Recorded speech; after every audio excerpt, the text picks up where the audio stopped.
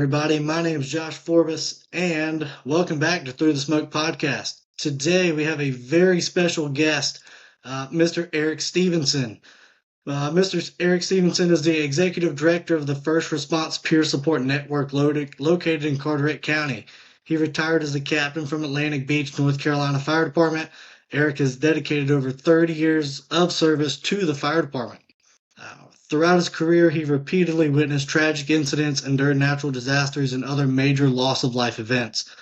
Eric struggled through most of his career with PTSD, anxiety, depression, and suicidal ideations due to repeated exposure while on the job. He found hope through his best friend and sought treatment. Due to his own career struggles, he has become an advocate for other first responders through his nonprofit organization.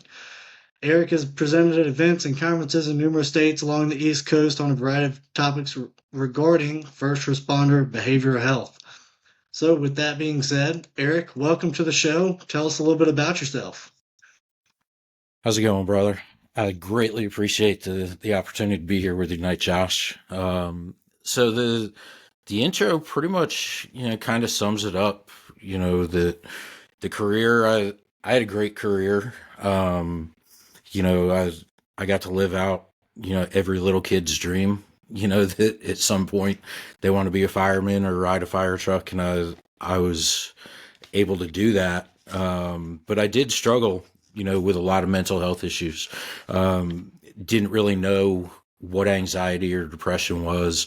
But yeah, repeated exposures and not knowing how to deal with it, being brought up in a culture of, we can't talk about that kind of stuff. And it really compiled. And after I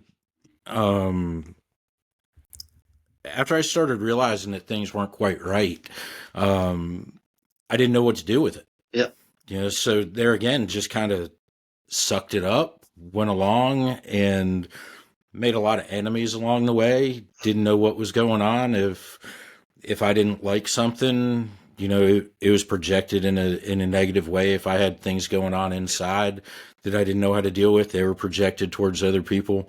Lost a lot of good friends during the process, and couldn't really understand what was going on. And at the time, it really didn't bother me.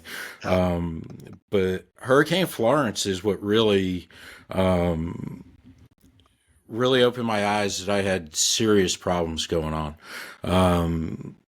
On the job, had never really been scared of anything on the job to say that it scared me to death. But Hurricane Florence did.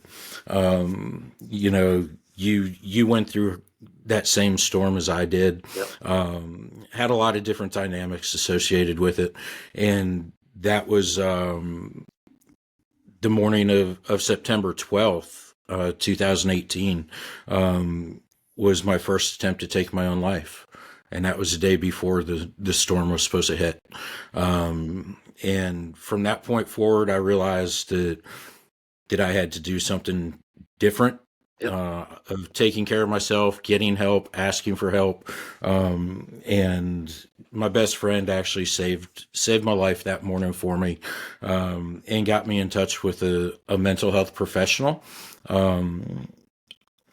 We did end up riding out the hurricane, which was not enjoyable when I had all this stuff going on inside of me at the same time. But since 2018, my journey has been ups and downs. It's like on a roller coaster. I did medically retire from the fire department. That was not an easy process for me.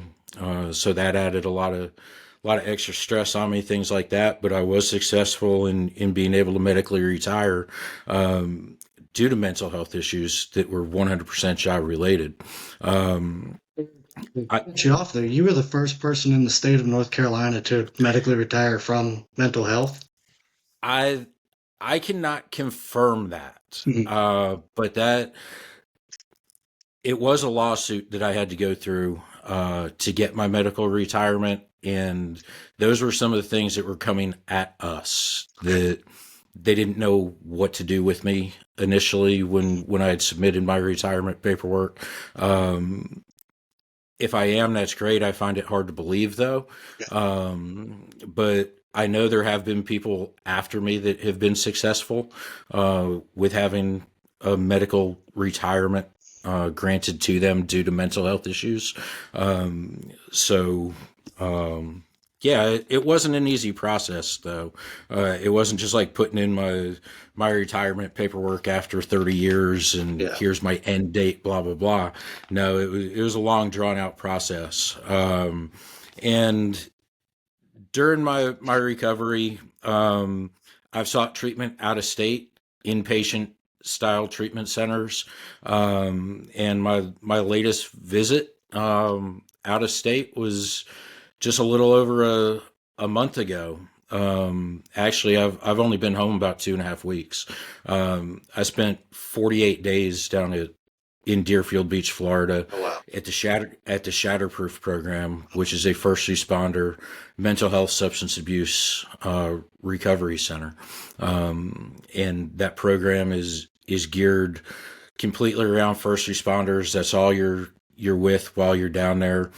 Spent 48 days down there this last visit, and it was absolutely phenomenal. We uncovered a lot of things that I knew that me and my current therapist have been working on, but got to approach them from a different angle than what we have been at home. And then once you find that magic key, man, I was fortunate enough while I was down there that I did find a magic key of something that I've been working on for quite a while and haven't been able to quite figure out how to unlock everything.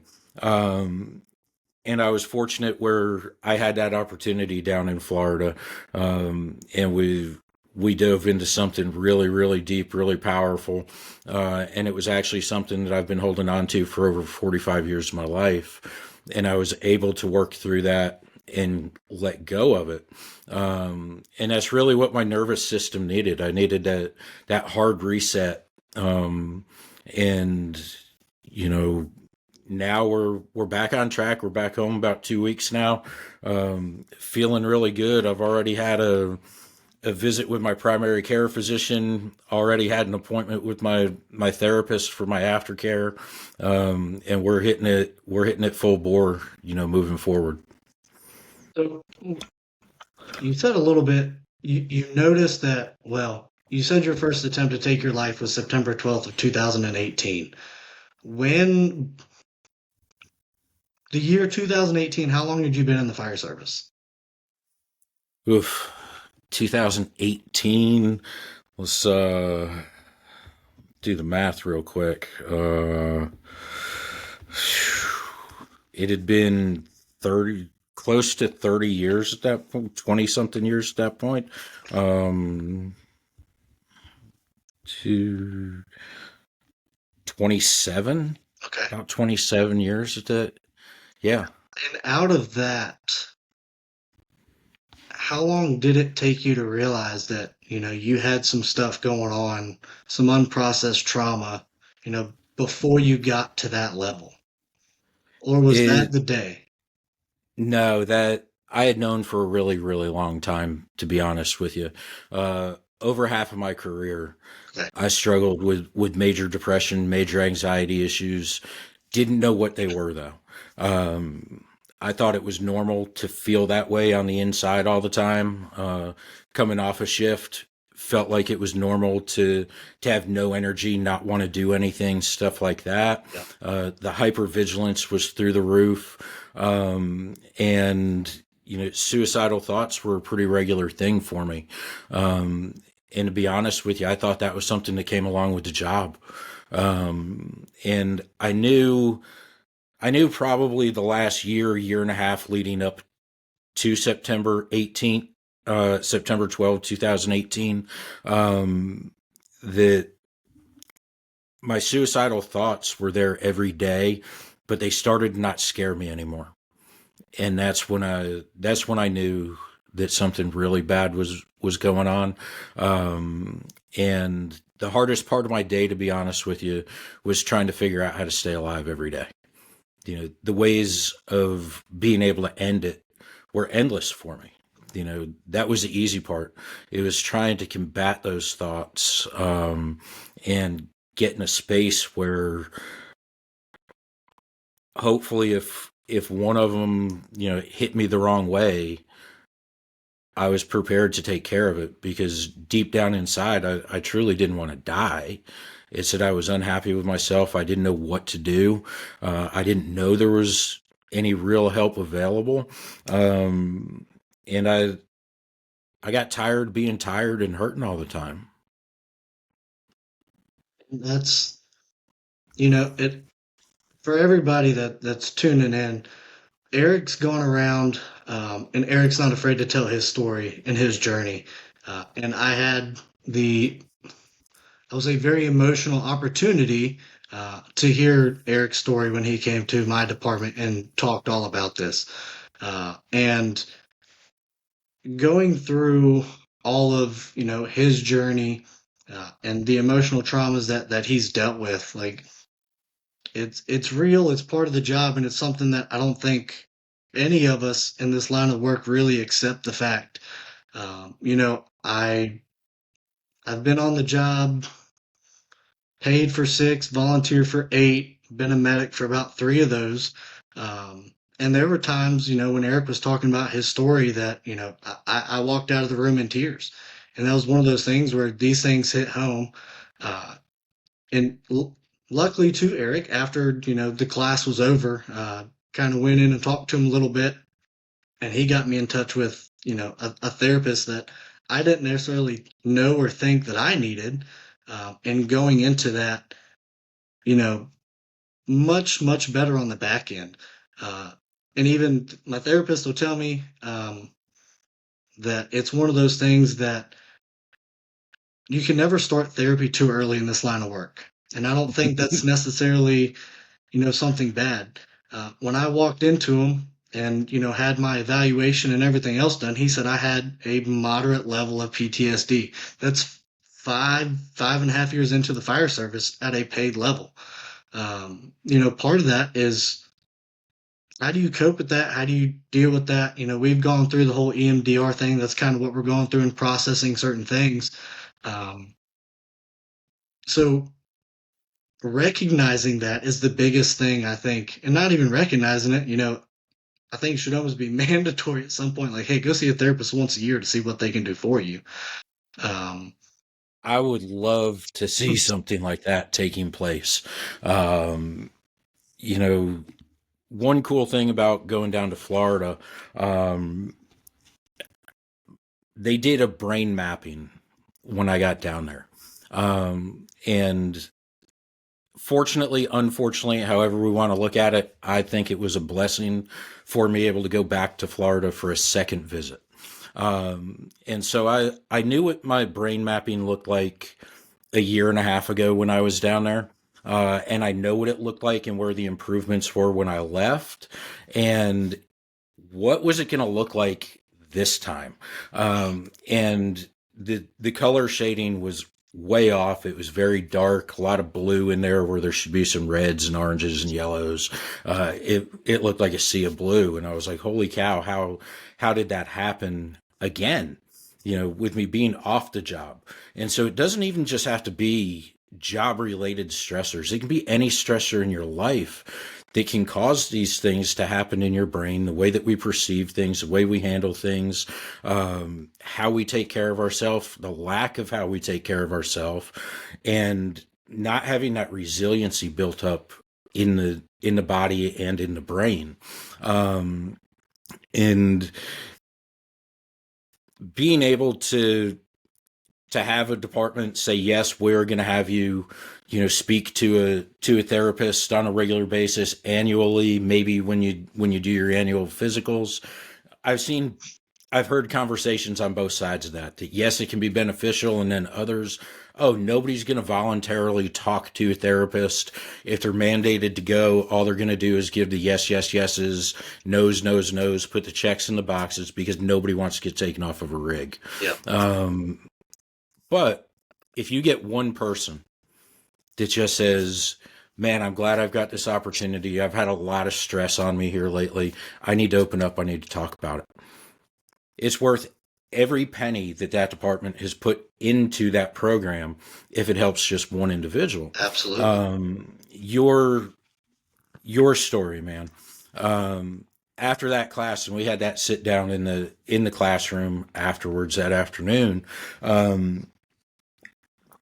Those are the moments that I live for now.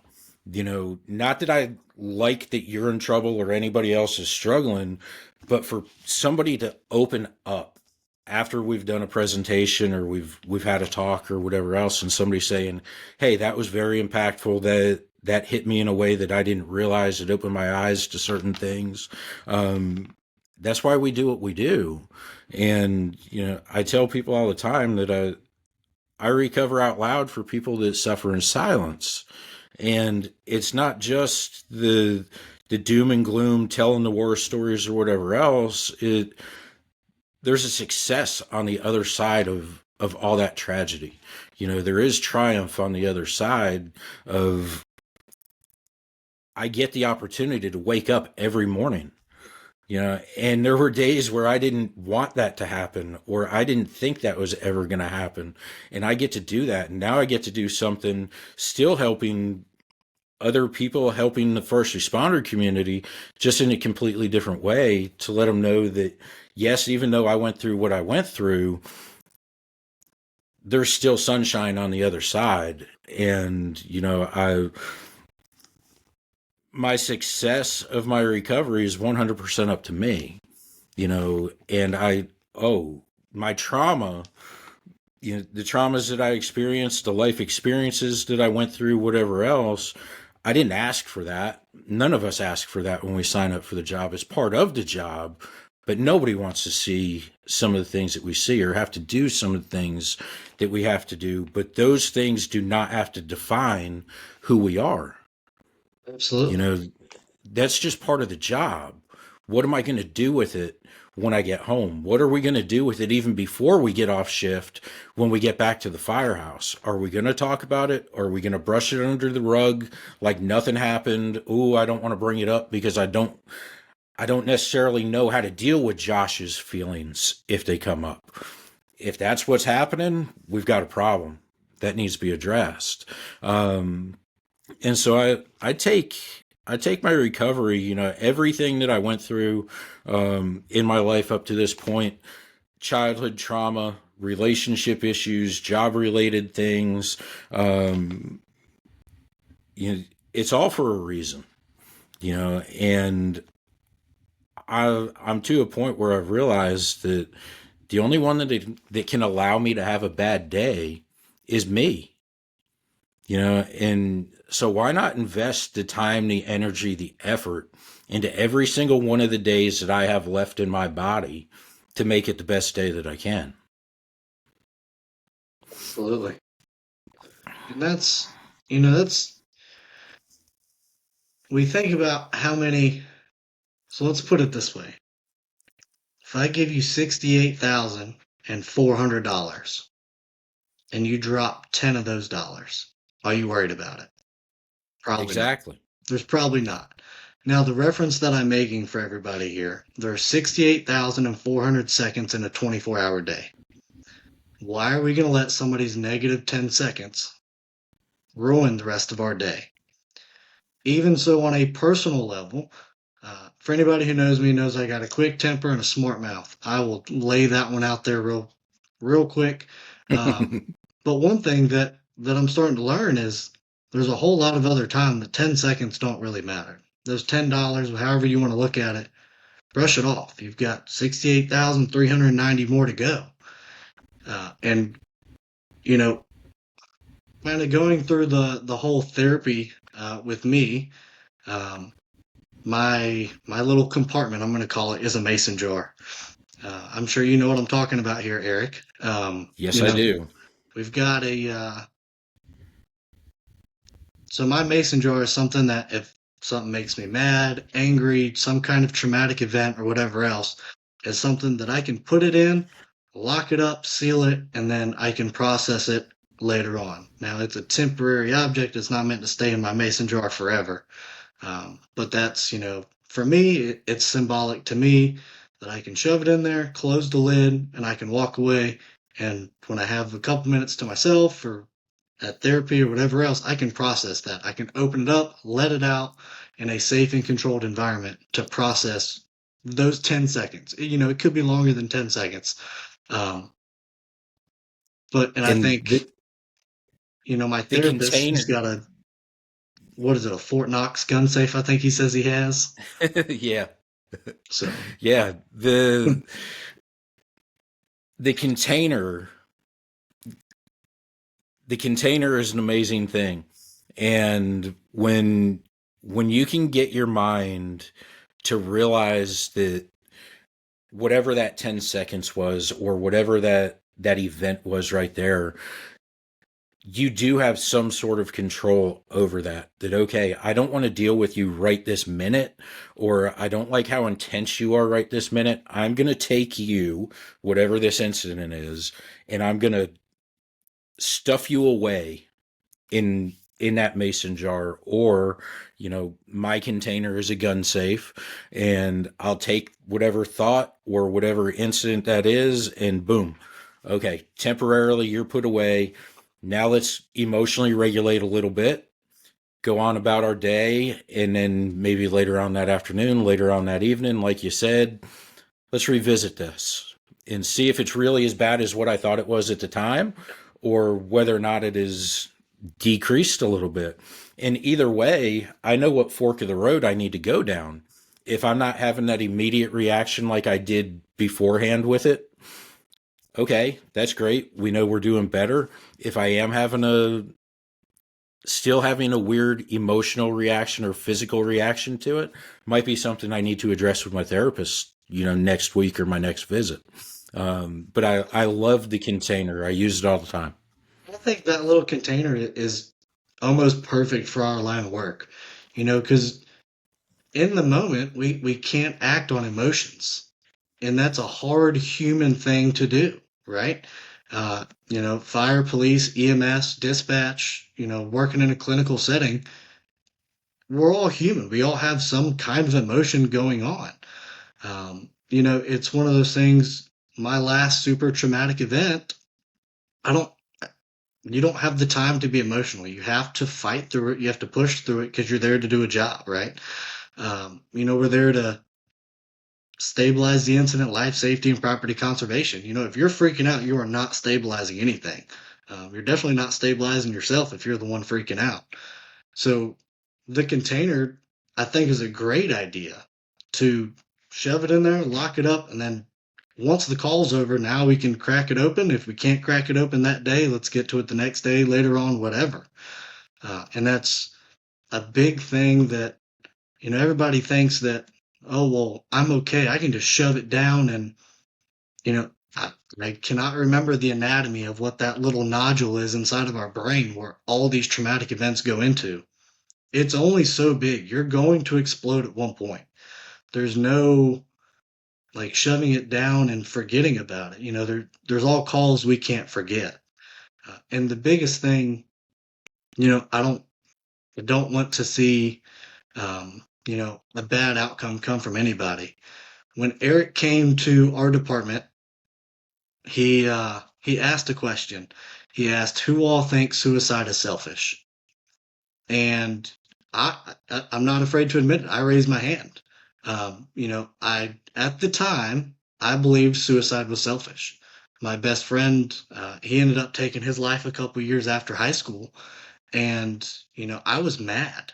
I was royally mad that he thought that he was in that bad of a spot that he couldn't talk to me or whatever else because everybody hurt. Going through these past experiences with myself and everything else, I'm honestly sad that somebody actually got to that point they thought that was the only way out. I'm not going to speak for Eric on that one. Hearing his story, I think that is what Eric thought. That was the only thought you had to escape the pain and the suffering you were in was to end your own life. That's exactly it. And the I I used to be in the same position you are, Josh, on that. I thought suicide was selfish until I got to that point where the only way that I know how to end this to where I don't hurt and where I don't feel miserable is to not be alive anymore. And unfortunately, the numbers are staggering. We see it every year. First responders, military veterans, taking their life at an astronomical rate every year, because they don't think that anybody understands. They don't think that there's help out there. They think that there's no escape from it, and that's far from the truth. There are a lot of resources out there that are available. There's a lot of good help out there, and if we're messed up dealing with everything on the inside of our own head and body, sometimes it's hard for us to be able to figure that out on our own. And we might need to have a conversation. All it takes is just asking a simple question, or making a simple phone call, picking up that 60-pound telephone that I refer to, of man, just pick the phone up. And unfortunately, I've dealt with it on both sides. On the job, when I was on the job, I knew of some first responders that had taken their life, and then doing what I do now with the peer support stuff, I've known people that have taken their life that we have assisted before, that we have helped them, we have gotten them in touch with clinicians, with therapists, with treatment centers, and they still end up taking their own life. And it's sad. I don't know how many people we've actually truly helped, but the one number that I do know are the ones that we've lost. I know those numbers. And that's the sad reality of it. That it still happens. That's in part of your story, you know, from when you came to the department, you talked about how you helped your best friend with his mental health stuff, and he never recognized it until the day. Um, I'm not going to throw any names out there, but if Eric wants to talk about it, I'll let him talk about it. But his best friend pretty much blew his door off with a shoulder, and came in there and got him. And something stuck with me out of that was, you've helped me for years. Why did you never reach out?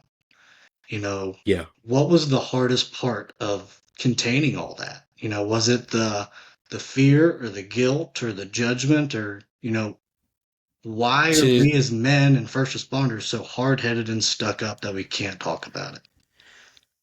mine Mine goes back a little further than that. On the surface, I thought that it was 100% job related, that, we're a bunch of badass firemen. We can't talk about the touchy feely soft stuff. I built up this false persona of a person that I thought that I was. I didn't have the best reputation. I had a reputation of being somebody with a very short fuse, somebody that definitely wasn't afraid of confrontation. If I didn't like it, you were going to know about it. And I thought that I had to live up to that Billy Badass type of mentality that I had built myself up to be. But digging into it further, and especially we addressed something down in Florida this past visit, which was some unresolved childhood trauma that I had still not disclosed.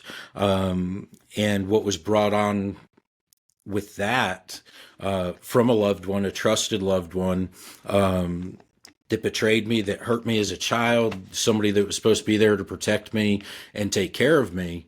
And it didn't happen. And I was told at a very young age that I couldn't show emotion, that I couldn't cry, I couldn't be a mama's boy, had to be the man of the house at 5 years old. And so any type of of talking about or showing any emotion outside of anger didn't really exist for me. And so there was a lot of that deep seated in me still as well, that if I say something, I always had that voice in the back of my head. You're weak. You can't do this. Don't talk about it. Because there was always a negative repercussion for me growing up as a child with that, where I would be physically or verbally abused if I showed those types of emotion. And so to answer your question, there was a lot of things associated with why I didn't speak up. But yeah, my best friend, went along that mental health journey with him for about 3 years or so, and never opened up about any of my own struggles, even though I could relate to just about every single word that he told me every time that we talked, because I was pretty much feeling the same things. And primarily why I didn't say anything to him was because I didn't want to put my burden on him. He put the trust and confidence in me to come to me, and I'll be damned if I wasn't going to be there for my best friend. I'm not going to put anything more on him. I'm going to be there. And lo and behold, I didn't realize how much damage that presented to me as well. I think it's hard in this line of work that everybody has some kind of trauma, whether it's processed or not. And then, when we go to reach out to somebody or somebody goes to reach out to us, how do we deal and how do we cope with that additional trauma and stress? I think any of us on any given day, if we trauma dump on somebody, there's a good chance they could probably be traumatized themselves if they're not in this line of work. And vicarious trauma, that's vicarious trauma, and it's real. It's just like going home to your spouse. If you don't have a first responder spouse and you go home and you tell them, some of the gruesome, nasty, things that we do and we see, they're going to look at you like, what the heck, So how do we go about talking with people? Trauma dumping, yeah. Even me on the pure side of things, somebody that trauma dumps on me, that's what we're here for. We'll listen and we'll absorb that, but I've got to be able to take care of that as well. So how do we handle when people open up to us, whatever else? We've got to have a good self-care plan, for ourselves, even before we get into that kind of thing. In Kerrville, Texas, I deployed to Kerrville, Texas over the summer after the flood down there at Camp Mystic, where they lost the girls at the Christian camp. I spent 8 days on the ground in Kerrville, Texas, and we were there providing peer support, mental health resources for the first responders. And the amount of contacts we had in an 8-day period was astronomical. 248 peer contacts, 15 debriefings in 8 days. And it was like, oh my gosh, absorb. And we couldn't wring that sponge out quick enough. Even though we had a mental health professional down there with us, me personally, I took a lot of damage down in Texas. And that was truly the catalyst, of my downward spiral this time, with my mental health. We knew that something wasn't quite right. We were trying to figure it out. Valor Horses for Heroes, you're very familiar with them. Trying to figure it out. We were doing the work, but we just couldn't get it quick enough. And, having that good self-care though, building resilience, that's what we're doing. We're trying to build that resilience through self-care, so we can handle situations on the job at the firehouse, at home with the kids, the wife, the pets, hectic schedules back and forth, blah, blah, blah. And then, maybe if we are fortunate where somebody wants to bend our ear a little bit and listen, okay, at least we've got a foundation now and we can start to build off of that.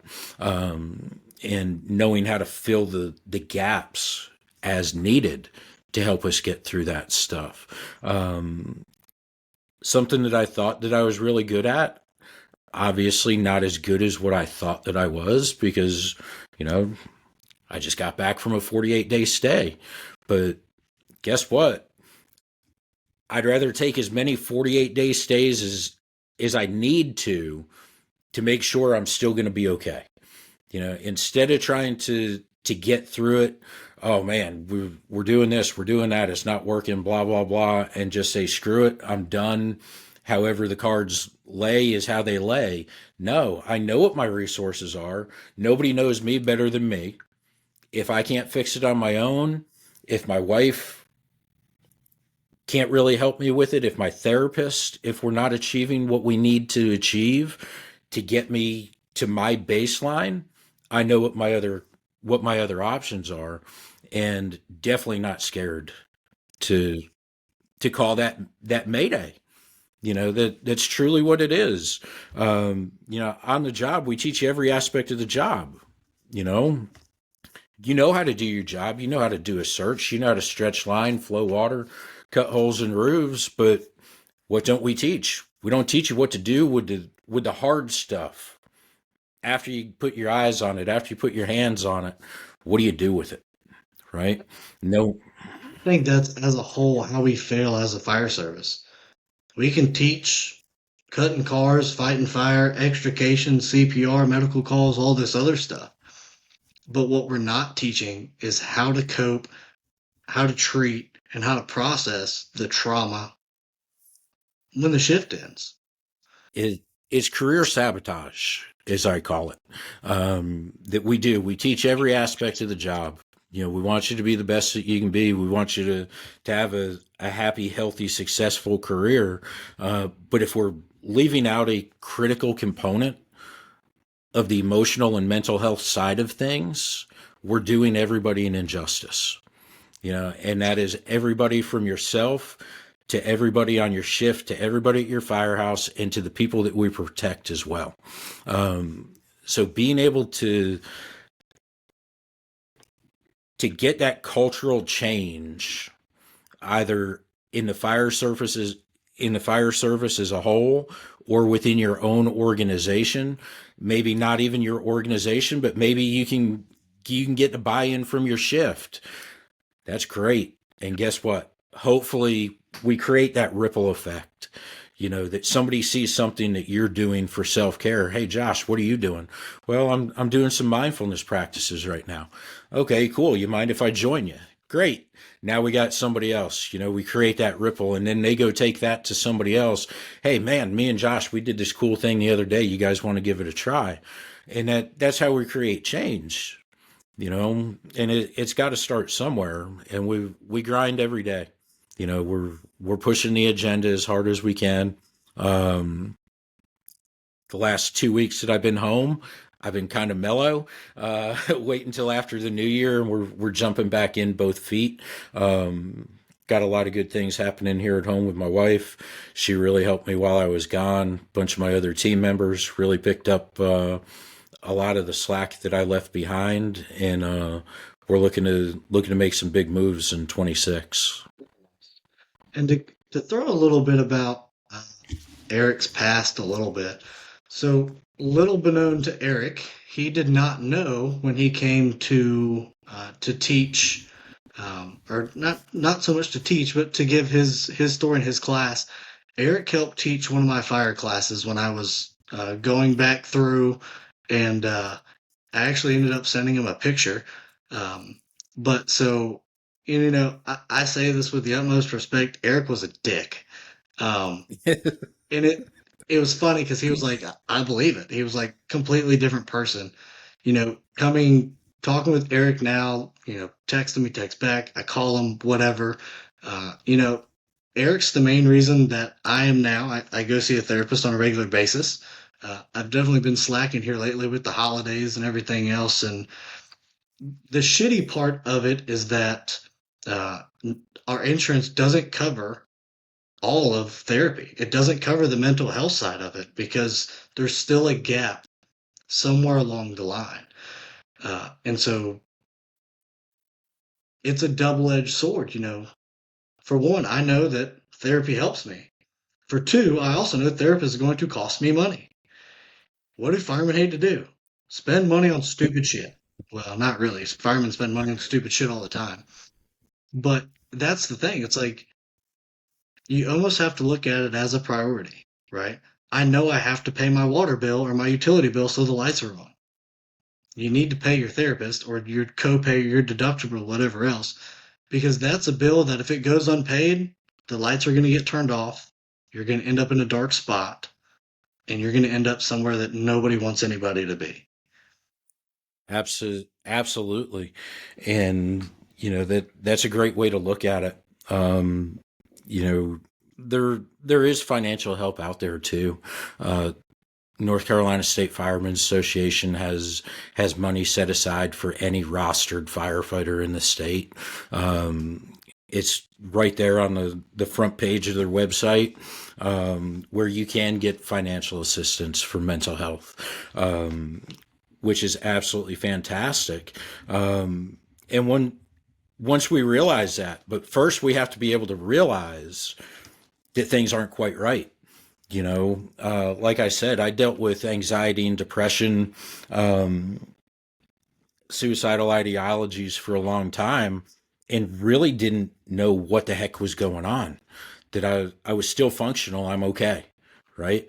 No, I was a miserable human being. No. And I always use the analogy of your vehicle, right? That a warning light comes on and your body is your vehicle that you're using every single day to do this task, that task, get you from point A to point B all the time. But think about your own vehicle. If the check engine light comes on, you going to ignore that? Hopefully not. Hopefully you're going to take your vehicle in to get checked. You take off and your seatbelt's not on. It's going to put a light on. It's going to ding at you. It's giving you all these alarms, transmission fluid, your windshield wiper fluid running low. You're getting all these warning signs on your dashboard. Your body's no different. It sends you warning signs. Unfortunately, we don't pay attention to them, or we do pay attention to them and say, yeah, I can just power through this. Guess what? Maybe it did some damage and maybe we got through it, but there's a scar left there, right? We're not going to be able to sustain that. I think a lot of these warning signs too are things we think come with the job. Any kind of shift work, 24, 48s, whatever you're working, what does every fireman say? I sleep like shit because I'm on shift work. That's right. I don't necessarily think it's wholly true. I think there's aspects of that are true. But at least from my personal experience, I realize that I do sleep better once I've processed some of these traumas. I feel like, yes, I still might not get the best night's sleep. Especially at work, you're always expecting the bell to hit. If you're getting a good night's sleep at work, then you're a better person than me. I don't know how you're doing it. But at home, right? You're almost to a point where you're expecting the alarm, or subconsciously you're expecting that unprocessed trauma to hit, and you don't know when it's going to hit. You don't know how you're going to process it or deal with it because you haven't actually processed that. And I think that's one of those warning lights or the dash lights that's popping on there is lack of sleep, stress, like extra stress, anxiety. I know that I had a lot of anxiety, and there were things outside of the mental health that were leading up to that. But that's a dash light that you shouldn't be stressed and anxious all the time. Like that, it's not normal, I wouldn't say, to be anxious or stressed or to not sleep well all the time. Correct. And, those are things that we sometimes tend to overlook. Sleep hygiene is extremely important. Um, Physical health, nutrition, what we're feeding the body also feeds the brain. Um, so if we're eating like crap, good possibility we're going to feel like crap. Emotional eating or lack of eating due to emotion, that's a real thing. So things that we can be paying attention to. I'm a chocoholic, so that's my go-to thing. If I get stressed out, it's going to be, going towards the candy. I've got to be mindful of that. What's going on, hyper arousal, hyper vigilance. We're kind of living in that fight or flight mode of the brain because that becomes normal for us because we don't know how to make that shift from the back part of the brain to the front part of the brain where rational thought processes take place. That we're always waiting for that other shoe to drop. Okay, Absolutely. things are going really good, but there's always that but. That's a discursive thought right there, trying to trick us that things aren't as good as what we think they are. You know, Maybe they truly are, but we are stuck in this loop and we don't know how to get out of it. And sometimes we might need some professional help to help us get out of that and how to manage those situations on our own to where we don't have to be at a therapist all the time. That's a purpose of going to a therapist. One is to recognize things and help us start to deal with it. If we have to do some major trauma processing, that's great. But the skills that they should be putting into us to be able to help manage these things on our own is truly what we need. And I learn every single time I go to my therapist. I learn something new every single time. I've got a notebook full of all kinds of different things: DBT, CBT, EMDR notebooks. You name it, all kinds of worksheets. Why do they give that to us? So we can be better outside of the office. And it's just like anything else on the job. If we're not practicing that stuff at home, what's going to happen when we truly need to use it? It's not going to be there for us, right? And some of this stuff, I mean, and you know firsthand as well as I do, it's some of this isn't anything astronomical. It's as simple as breathing or tapping your hands or tapping your thighs. Like I've had some people, they're just like, "What are you doing?" And I'm just like, just give me a minute." Like I'm not going to openly go about it of what I'm doing right then and there, but going on the way back from a call, I've been in the fire truck tapping my legs, and it's just a quick little process of something that shoved it in a mason jar. It's not something super huge. I can process it in that 2, 3 minutes on the way back to the station. Go in my That's right. room, do a little breathing exercise, and then boom, we're back at it. The There's small the things that can be done so quick and easy. breath work, man. You know, box breathing. Whatever type of breath work you want to be doing. Um, you know, it's the simplest, easiest thing that we can do. Being on the job at the fire department, we definitely know how to breathe, right? we have to, but the benefits of breathing with intention, of it happens automatically, but breathing with intention and paying attention to how we breathe and why we need to be doing that is super important. But other little things, just using the senses, the 5, 4, 3, 2, 1 grounding method. Just like you said, coming back from a call, you can sit in the back of the rig and go over the five senses really quick. Give me five things right now I can listen to. Four things, five things I can see, four things that I can hear, three things that I can touch, two things that I can smell, and one thing I can taste. How long is that going to take? That takes no time at all. 30 Nobody seconds needs to be maybe. right. The bilateral stimulation, like you were talking about, tapping left, right, with your hands on your legs, or, tapping your feet left, right. That bilateral stimulation that's happening in the brain while that's taking place is extremely beneficial and therapeutic to us. The simple things of practicing gratitude, finding something every single day to be thankful for, will change your mindset dramatically. Setting a daily intention for yourself, telling yourself a daily affirmation, positive reinforcing words about yourself. At first it seems wonky, but the longer you do it, it's going to become routine. You're going to be looking forward to those specific things. And what's really cool when it finally hits and you're able to find the good, that one little glimmer of good out of almost any bad situation that you encounter. And it's like, okay, it's not all doom and gloom. Yeah, it's not the way I expected it to go or the way I truly want it to be going right now, but I'm thankful for this opportunity or this experience or whatever else. But if we Even, don't practice that, it's not going to be natural to us. yeah, you really harped on something of, always finding the positive in something, right? So, or the good in something. So the other day at work, we ran a pretty um, kind of shitty situation of what happened.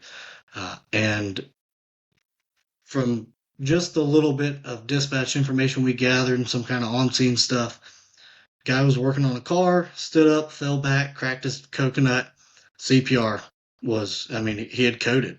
Why he coded, Mm, unknown to us and anything else. And one of those things where the other guy at the body shop was traumatized. He's probably never seen something like that before.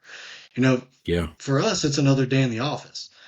Bright side look and always looking at the positive in every outcome. Like, I'm glad he was there to be able to call, or this guy wouldn't have made it. The last update we had, to this guy was he had ended up going to the cath lab. He was up in the ICU. So, he's doing okay. It sucks for that guy that he had to witness that trauma. But on the positive aspect of it, I'm glad he was there to be able to call, because if not, the guy would be Yeah. dead. Yeah. Thank God he was there. And it's a shitty situation either way, because Yeah. you've got a guy that now has to deal with this trauma, but at the same time, you've got somebody who's still alive because they called 911 in time. Right. And you know, reversing those roles a little bit, you know, being able to look at that, find that positive side that, thank gosh his friend was there, or his coworker was there to be able to make that call, and then everything worked out in your all's favor, to have that positive outcome. Those we tend to deal with a little bit better than the ones that have the negative outcome, right? And so if we reverse those roles and maybe we didn't have a positive outcome and that gentleman didn't make it, how are we going to deal with that? Uh, we tend to wear our heart on our sleeve when it comes to those types of calls. That, oh my gosh, what did we miss? What did we do wrong? What could we have done differently? Maybe nothing. Yep. We need to put the checks in the boxes. The woulda, coulda, shouldas, we can do that all day long. And I said this when I was at the fire department with you guys. The man upstairs is responsible for the outcome of the call, Yep. no matter what. We can do everything right and still have a crappy outcome, right? Being able to truly base it off of fact instead of emotion, that yes, we did our job, we did everything that we could, and we're responsible for effort and not outcome. And if we can get our mind to start tracking along those lines, the less we tend to beat ourselves up Yep. over the not so good outcomes. And so, going off of the outcomes, I know some hospitals, once you do a patient care report, whether you transported that patient to the hospital, there's some hospitals who give an outcome update. Do you think that's beneficial or harmful to us? Or do you think it's dependent per the person? I think it's dependent on the individual. Um, you know, we're truly caring people. Can we care too much? Some will argue yes, some will argue no. How we deal with getting attached to patients, to people, it's no different than what I'm doing now on the peer support side. That yes, I'm going to give 100% effort to every single person that contacts us. And there are some that we get very personal with, others not so much. And, would it be beneficial if the hospital gave those reports? I think knowing that they would be available to an individual would be better.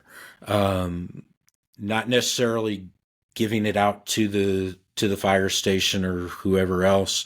Not everybody wants to know. Not everybody needs to know, I don't think. But having that information available, I have been on some of those calls where it's like, man, I wonder what the outcome was. That they got flown out, went to Greenville or Chapel Hill or wherever else, and we don't hear any further report. And then that'll linger with us too. That was the So I biggest think it thing might for be me. beneficial. And that was the Yeah, biggest thing for me was, going into this because you have these traumatic calls or these oh shit calls where, you put them in a helicopter, you drop them off at the ER and you don't get the chance to go back or whatever else. It's like, what happened to them? You know, right. that was a big thing that I struggled with for a while was like, well, what if I did this or what if I did that? Or because for one, I didn't know the outcome.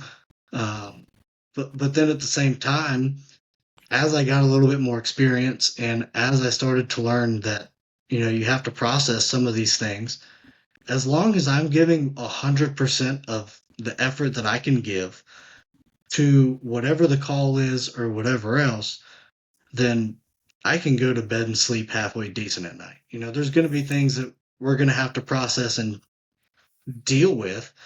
But if I know that if I'm on an EMS call that I did everything within my scope of practice to a T and was the best provider I could be, there's a chance they could die. And there's nothing I was going to do to stop it. That's right. And And that's that we that comes love the what if game in the firehouse. What if this happens? Well, what if it does? We're going to figure it out. And we're going to deal with it. I mean, we can't live on the what ifs. and that I love that excuse. Oh, we can't go out training. We can't go pull hose. We might get a call. Well, okay. So does that mean we're never going to go do hose drills? Yeah. Because we might get that call. Well, guess what? We might not get that call too. So let's just go do it. We'll deal with it if and when it happens. But I actually had an episode on one of my previous podcasts about that. It was like, well, what if we get a call and we're pulling hose? There's 3 other trucks with the same amount, if not more, hose coming to you. Who cares that you left 200 foot on the ground? Disconnect that's it right. and roll on. Yeah, that's why we carry that much hose. But being able to separate the facts from the emotion is really what that I think is really what we're digging at there. That we want the facts and not the emotional side of the woulda, coulda, shouldas and why we beat ourselves up over things. Truly being able to, you might even have to put it on paper. What did we do? We did this, this, and this. Okay. Is that in my scope of practice? Like you said, is that in the protocol? Yes. So I did my job. We did it 100%. We gave the effort. Yeah. Response time was good. Guess what? Everything's in our favor, and it just wasn't meant to be. And sometimes that's okay. It wasn't meant to be. Does it suck? Yes, absolutely. But once we're able to see the factual side of it instead of the emotional side of it, that's where we get ourselves in trouble. We get in the weeds when we start focusing too much attention on the emotional side of why certain things happened. No, base it off the facts of what took place. And then if we find things where we could have had improvement or that we missed something critical, okay, now we have a right to maybe be feeling the way that we are right now about ourselves. But yeah, I'm always looking for that positive side of, like you said, where I know I can lay my head down with a clear conscience at the end of the night, knowing that I've done everything I can within my power, and the outcome is the outcome at that point. To put things into like a perspective on that, like when we say do everything we can in our power, I think the biggest thing that we can do is, for one, we've got to check on ourselves, because how good are we to anybody else if we're not okay?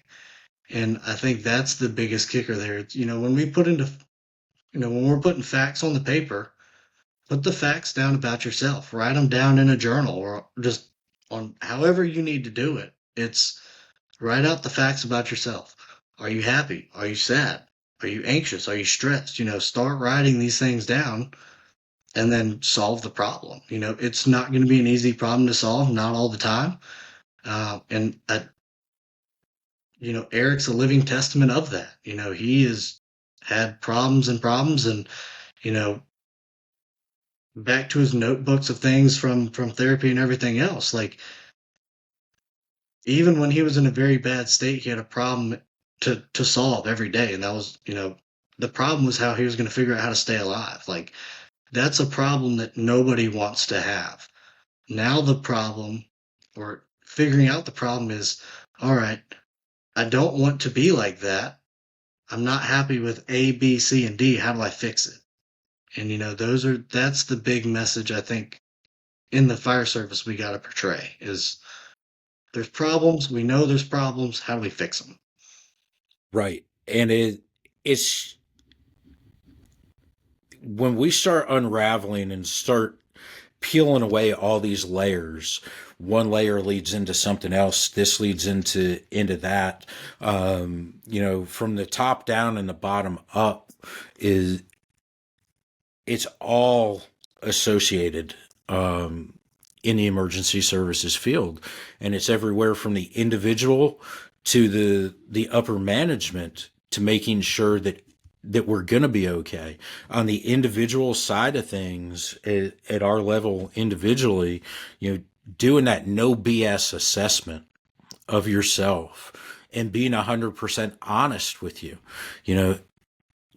Why lie about it to yourself?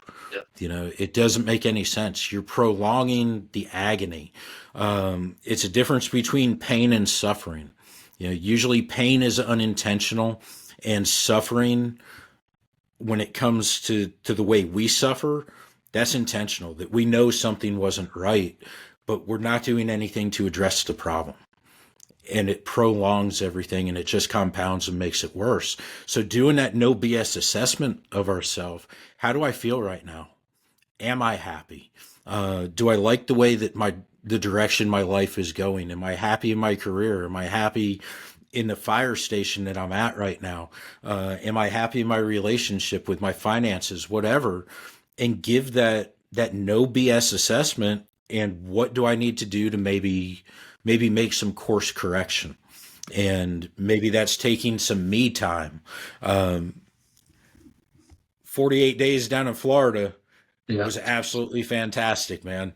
I didn't have to worry about a single thing except me while I was down there.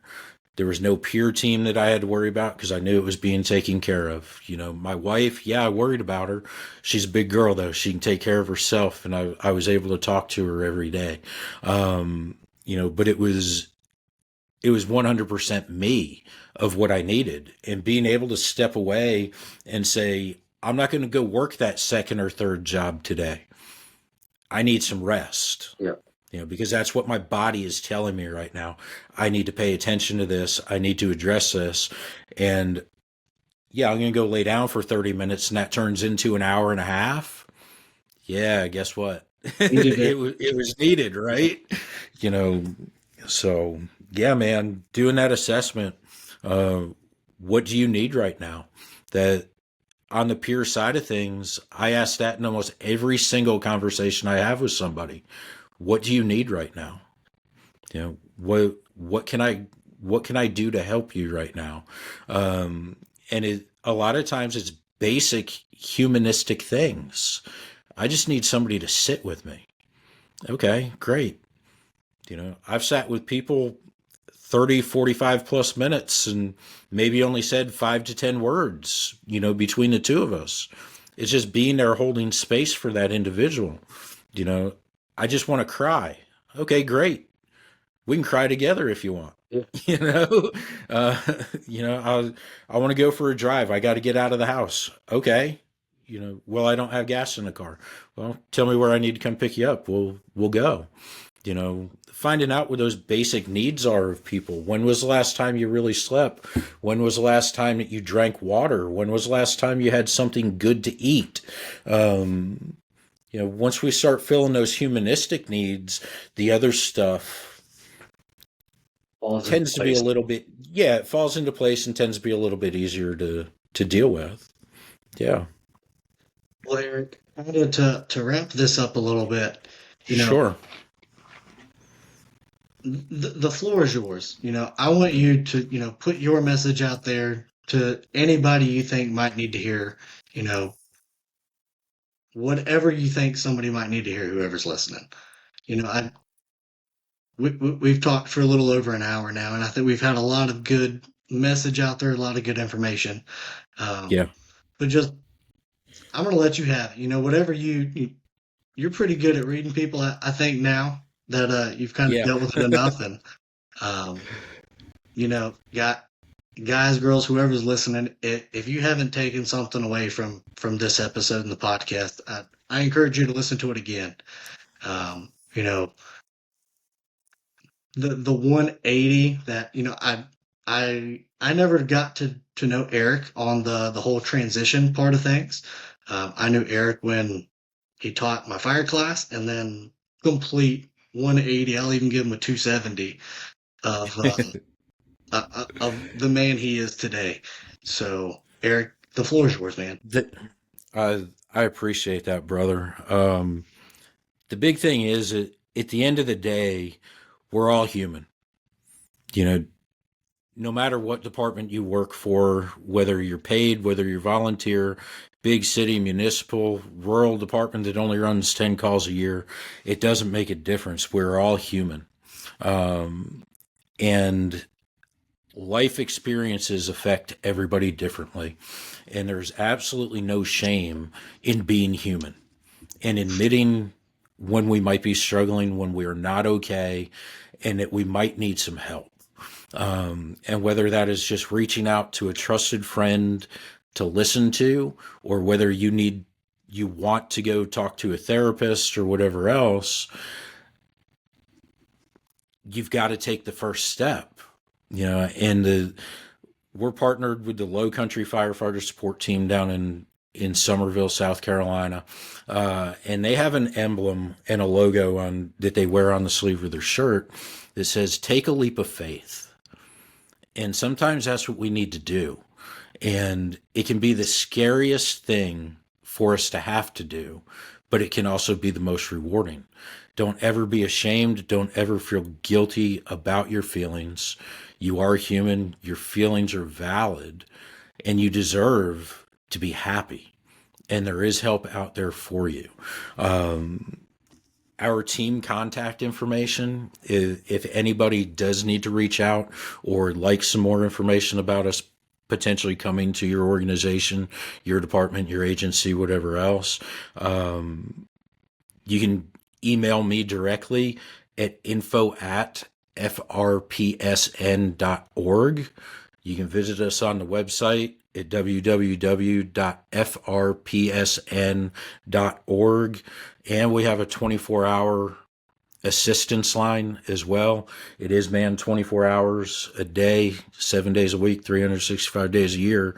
You are going to talk to an individual, not go through a phone tree or leave a message or anything else. Somebody is going to answer that phone. And that number is 833-377-7648. And Josh, I greatly appreciate the opportunity to be here with you tonight, brother. Absolutely, man. This has been fantastic. Absolutely. And I'm going to put all of your information at the end of this video. So that way, if you weren't able to catch it when he said it, you can shoot to the end of the video and have it there. And I'm going to tag all that stuff and his peer support network and all that stuff. Again, Eric, it has been a pleasure to have you on tonight. I thank you for the time you've given us, for the bravery you've shown to, and the commitment to yourself that you've shown to be able to push through, to keep fighting. And I'd say it all the time, there's a job for everybody in the firehouse. It's not always fighting fire. You had your time fighting fire, and now you're on to the next better thing, helping the guys who are fighting fire. Yeah. So, Eric, appreciate it. Thank you, brother. So we till next season, come back, do the Smoke Podcast.